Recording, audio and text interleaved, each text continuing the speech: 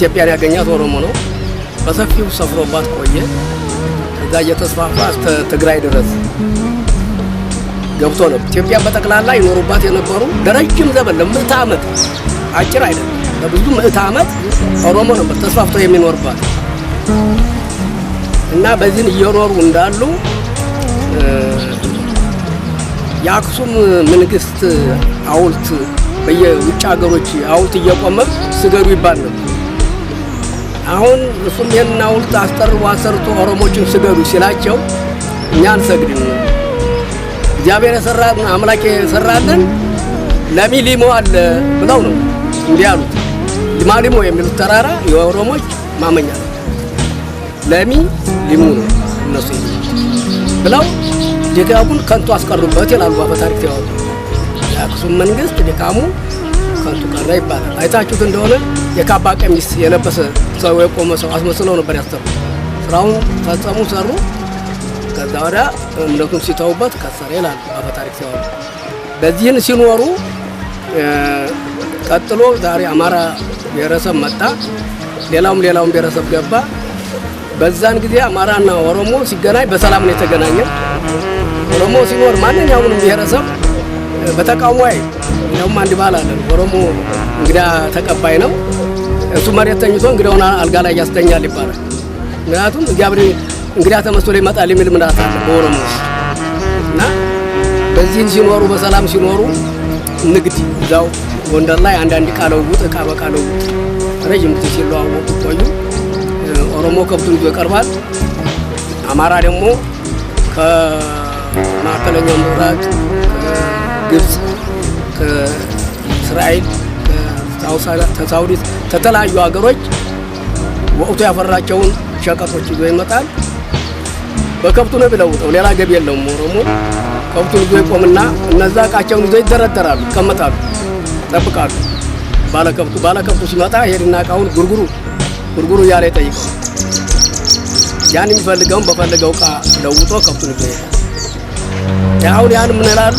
እንሂድና እነዛ ቋንቋቸው ገለል ያሉ ሰዎች እኔን እዛ እንጠብቃቸው፣ ቋንቋ ለቋንቋ ባለመግባታቸው ገለል ያለ ቋንቋ ይናገራሉ ነበር የሚሏቸው። ያ ተለውጦ መነሻው መጀመሪያ ይህን እያሉ ሲለዋወጡ ጉርጉሩ ደን እንቀመጥ እያሉ ያ ቦታ ጉርጉር ሲባል ኑሮ በመጨረሻ ጎርጎራ ይባላል በጎንደሩ እና ሲገቡ ማን ነው ጎንዴ ነው ያሏት። ጎንደርን ሲያገኟት ሰው የለውም፣ ከፋገር ነው የገቡ። ቅኝትም ይባላል። ኦሮሞ እንዱ ከብቱን ነፍቶ አይደል። ቃኞች ብዙ ጊዜ ተጉዘው ብዙ ሀገር ተጉዘው ቃኝተው ለከብታቸውና ለራሳቸው የሚሆን ሲያገኙ ነው ተንቀሳቅሰው የሚነሱ። በቅኝት ስላገኟት ስላመኑባት ነው ተጓጉዘው ኢትዮጵያ ውስጥ የገቡ። ጎንዴ ይሏት ነበር። ከዛ ዴራ አለ፣ ቆሬ አለ፣ ደምቢያ አለ፣ ፉሪ አለ፣ ሞትማ አለ፣ ወላቴ አለ፣ ነገዴ አለ። እነዚህ ሀገሮች ስሞቻቸው ናቸው። እነዚህ ሲሰየሙ ምንድነው? ዴራ እንዳው ስሙን እንደያዘ ነው። ቆሪ ቋራ ይሉታል፣ እንዳውም ደምቢያ ይሉታል፣ ፉሪን ፎገራ ይሉታል፣ ሞትማን መተማ ይሉታል፣ ነገደን ጸገደ ይላሉ። ወላቲን ወልቃይት፣ ወላዱባ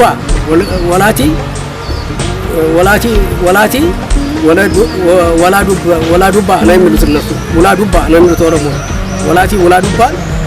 ወላቲ ወልቃይት ዋልዱባ። ከዛ ተሻግረው ስሬ ጎንደር ሽሬ። ከዛ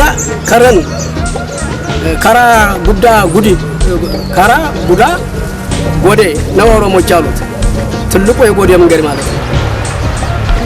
ከረን ጉንዳ ከዛ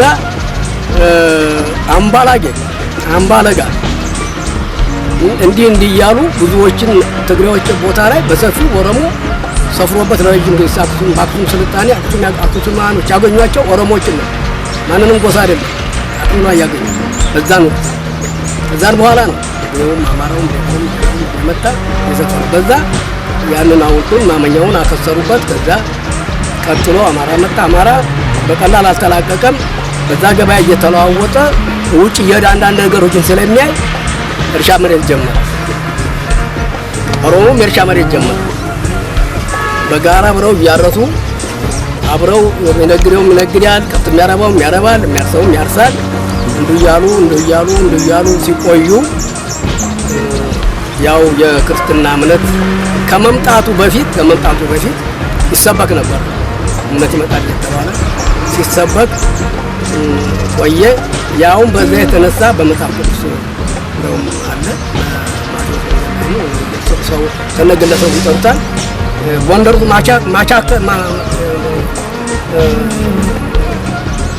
ጃንተከል የሚባላል። ጃንተከል ሃይማኖተ መግባባት ኦሮሞዎችና አማሮች በአንድ ሆነው ስርዓተ ጥምቀትን ፈጽመዋል ጎንደር ውስጥ እና በዚህ ሲኖሩ ጣናን ለመጀመሪያ ጊዜ ያገኙት ጢኖ ሐይቅ ሲሉት አማራ ተከትሎ የቋንቋ ጉዳይ ነው ይችላል። ጣና ሐይቅ ልክ ሲሉ አባይን አገኙት። ጎጀብ ሲሻገሩ አማራ ተከትሎ ጎጃም ከዛ ሄዱ፣ ሰፈሩ። አባይ ምንጩን አገኙ። ምንጩ ቦቅ እያለ የሚወጣበት ምንጩ ሲያገኙ እዛ ይኖሩ ጀመሩ። እዛ ሲኖሩ ከብቶቻቸው እየሄዱ እዛ ወልቁ ጭቃው ሲገቡባቸዋል። ከዛ ባለቤቱ ይጠፉትና እዛ ጫካውን ፈልጎ ሲያገኛቸው ተዞ ሲያይ ረጅም ዛፍ ላይ ወጣና ውይ ላይ ይጣራል። ምንድነው ከብቱን ይይዛል። ያሞታ ሲያስቸግራቸው ማናብ ሳከላ ጥያቄ ሲያስቀርባቸው ሳከላ። አሁን ዛሬም ሳከላ ወረዳ ትባላለቻቸው። ከምንጯ በላይ ጊሹ የምትባል የሚያምኑበት ያው ግን በጋራ ወንዝ በተራራ ወሩ ያምናል። የገዳም መፈጸሚያቸው ያ ነው።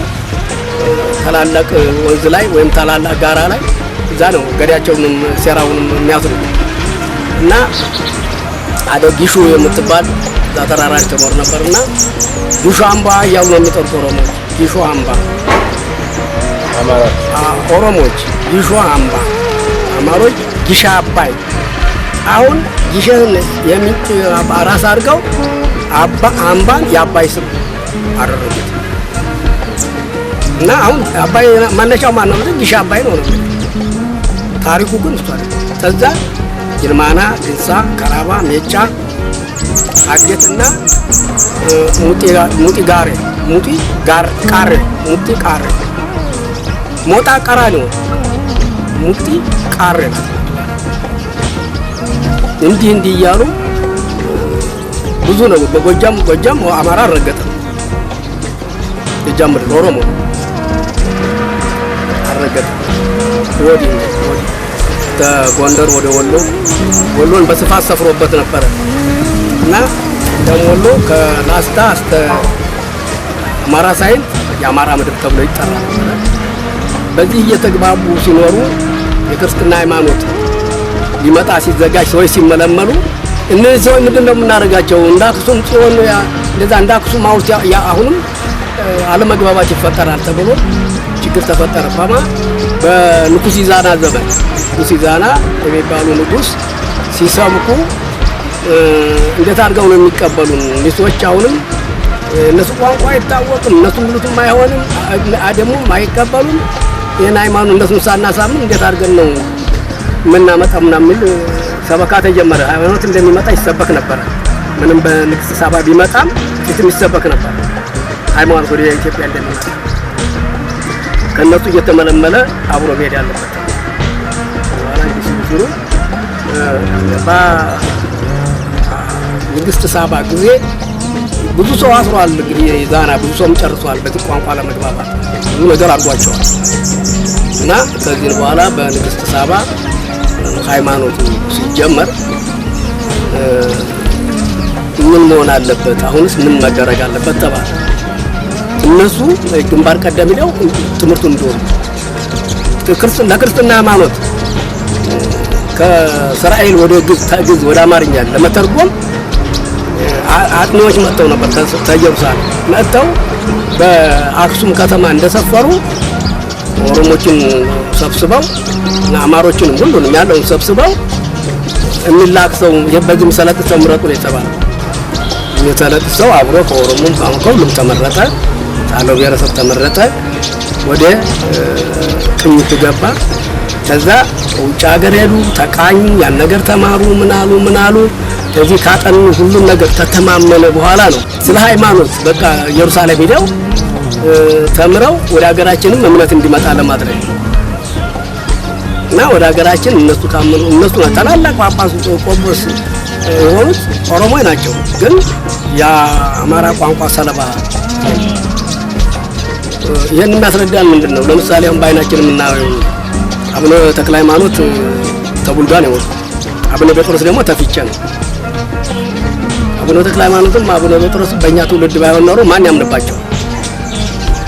እና እንደዚህ ከመጽሐፍ ቅዱስ እየተመረጠ በሚወጣው ስም አቡነ ገረማ አቡነ ማርቆሬዎስ እየተባለ ኦሮሞ ልጅ በሰለጠነ ቁጥር ቋንቋው እየተሰለበ ራሱን በራሱ እንደገና እየለወጠ በዚህ አብሮ ኖረ። ረጅም ዘመን ኖረ። ከዛ እርሻውም እየተስፋፋ አማራውም ያርሳል፣ ኦሮሞም ያርሳል፣ ሌላውም ብሔር ያርሳል። ከከብት እርባታና ከንግድ ይልቅ እርሻው እየተስፋፋ ነው። ከዚህም በኋላ እየተስፋፋ ሲመጣ ይሄ ክርስትና ሃይማኖት ለመጀመሪያ ጊዜ ጽዮን ማርያም መጣች፣ ሰፈረች። ሊቃውንቶቹ እንዳልኩ ኦሮሞ ልጆች ናቸው፣ የሰለጠኑት የኦሮሞ ልጆች ናቸው። በዛ ቋንቋ ሰልጥነዋል። ስማቸው አቡነ ጎንቆሮስ አቡነ ማርቆሬዎስ ሲባሉ እንጂ ኦሮሞች ናቸው በብዛት። ሌሎችም ገሮች ይችላሉ፣ ግን በብዛት ለምን ብዛትና ኃይል ስላላቸው እነሱን መሳብ ያስፈልጋል። በምን ይተርጎም ቋንቋው በምን ይተርጎም ተብለው አጥኚዎች ጠየቁ። ቋንቋው በአማርኛ ቋንቋ ነው የሚገባው፣ ለዛ የሚገባው የአማርኛ ቋንቋ ነው ያታለሏቸው። በእነሱ ቋንቋ ግን እምነቱ እንዲመጣ አልተፈለገም። የተፈለገው ትንሽ በንቃትም የተሻለ ከኋላ የመጣ ነው። ስለ እርሻ ዘዴም ስለ ንግድ ዘዴም እየሞካከረ ስለሆነ የሱ ቋንቋ እንዲያድግ ነው የተመረጠው። እና ያ ቋንቋ ሄደ መጀመሪያ ግዕዝ ነው መጣ። ግዕዝ ማለት ምን ማለት ነው? ገዢ ማለት ነው። የቋንቋዎች ገዢ፣ የቋንቋዎች ገዢ ሆኖ መጣ። ከዚህ ከመጣ በኋላ እንደገና ከዛ ውስጥ ፊደሎች ወጥተው በአማርኛ መጽሐፍ ትልልቅ መጽሐፍ ቅዱሶች ታተሙ። ከዛ ስብከቱ ሲጀመር የቄስ ትምህርት ቤት በሃሁ የቄስ ትምህርት ቤት ተከፈተ። አንተ ልጅ ማስተማር እንጂ ኦሮምኛ ይማር አማርኛ ይማር የምትለው ነገር የለም። ይማር ሃሁን ነው የሚማር። አሁን ተምረን ወደ አቡጊዳ እንሄዳለን። አቡጊዳን ተምረን ወደ እንሄዳለን። መልእክተ ዮሐንስ ሐዋርያ ወልደ ዘብዴዎስ ቀዳማዊ ዜናኩም እያልን ነው የምንሄደው። ወደ መጽሐፍ ቅዱስ ነው የምንገባው። ታው ተነስተን ከዛ ወርዲ ንባብ ቁም ንባብ ይባላል። ያ እየተጠና ሄድና ያለምንም ውጣ ውረድ ያንተ ልጅ ቄስ ይሆናል፣ ወይ መሪጌት ይሆናል፣ ወይ ቅኔ መሪ ይሆናል፣ ወይ ዱጋማው እንዲህ እያለ በራሱ እየጨረሰ ሲሄድ ያ ቀደም የሰለጠነው ኦሮሞ ይሄ እንዲስፋፋ ቀደም አምልኮት እንዲቀር ከፍተኛ አስተዋጽኦ በገዳ ነው የአክሱምን ሐውልት ያመከኑት ኦሮሞዎች። ያ ተሰርቶ ውጭ ሀገር እንደዚህ ሐውልት እየቆመ ይሰገር ነበር። ንጉሱ ስገዱ እያሉ ያስተግሏቸው ነው በውጭ ሀገር። የፈታ ነው በጋራና በመልካ ማመን ማለት አንተን መልካ የሰራ አምላክ፣ አንተን ጋራ ያቆመ አምላክ እንጂ በጋራውና በውሃ አይደለም ነው። አንተን የሰራ አምላክ ብለው ነው የሚለው። አምላክ እንዳለ የሚያምኑት በዛ ነው። ይሄን ማን ሰራው? እና ይሄ ዳሽን ተራራ እነሱ ለሚ ሊሙ ነው የሚሉት። ለሚ ሊሙ ነው እና አንተ በሰው ታሰራውማ እግዚአብሔር የሰራው ለሚ ሊሙ አለና አይደለም ወይ ብለው ተውበት የተመለሱ ካድ እና በዚህ እንዲያሉ ሃይማኖት በጣም ወደ ኦሮሞ በጣም እንዲሰራጭ በመደረጉ አሁን ጎጃም ኩሽ ቦነያ ነው። ኩሾይ ናቸው ጎጃም ውስጥ የገቡት። ከየትም ሀገር ብትሄድ እንደ ጎጃም ቤተክርስቲያን የሰፋበት ሀገር አታገኝም። በብዛት ለምን እዛ ነው ኦሮሞ መንጋ ታንጭቆ እንዳለ የገባው። ሌላ ምንም ቅይጥ አልገባበትም።